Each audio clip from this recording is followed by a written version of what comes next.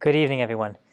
Sometimes we hit a situation where we feel like a wave of worry, a wave of trepidation. We start feeling that ball of anxiety in our stomachs. And we start to feel overwhelmed. That's often when the fight or flight response will kick in. Whether the situation is real or imagined as being a crisis, I think we've all experienced something along those lines to various degrees of intensity. We can imagine the Jewish people feel that same feeling in the pit of their stomachs when they hit the Yam Suf, when they hit the Sea of Reeds. And there's water in front of them and Egyptians behind them. You can imagine that, oh no, type feeling just descending on the entire Jewish people.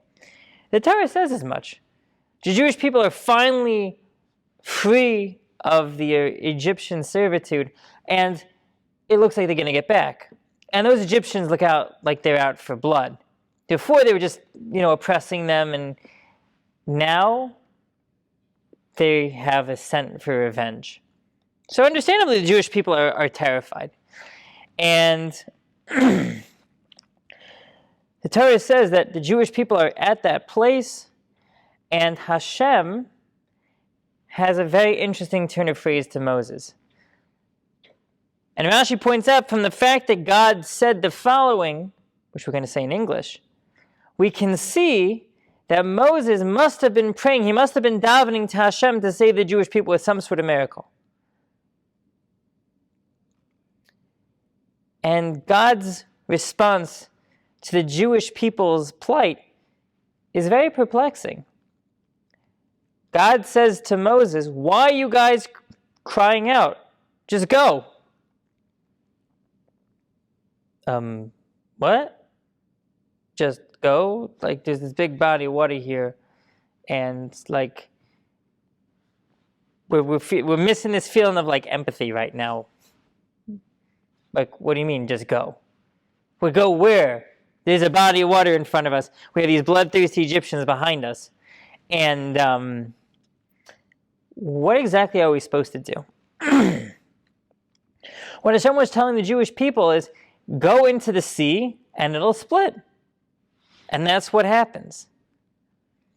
But it's that pasuk, that verse, where God says to Moses, why are you crying out? Just go. In essence, it seems that God's response to this national fight or flight situation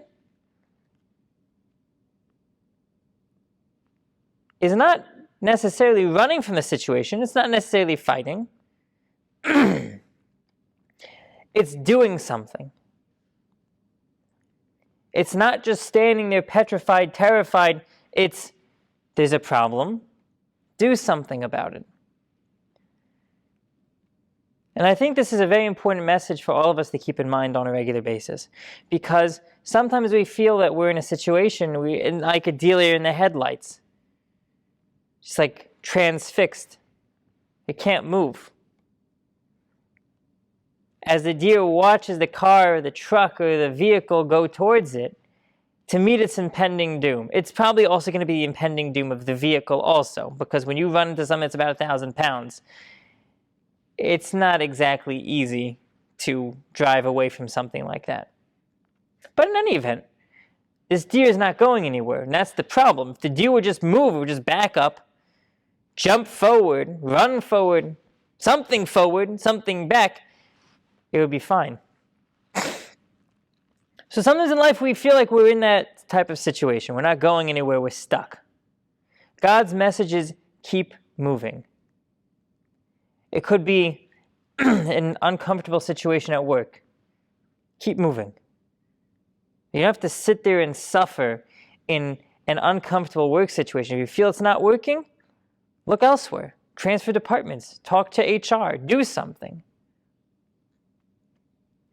You're not sure if a particular bump on your body is clinically significant and you're worried about it.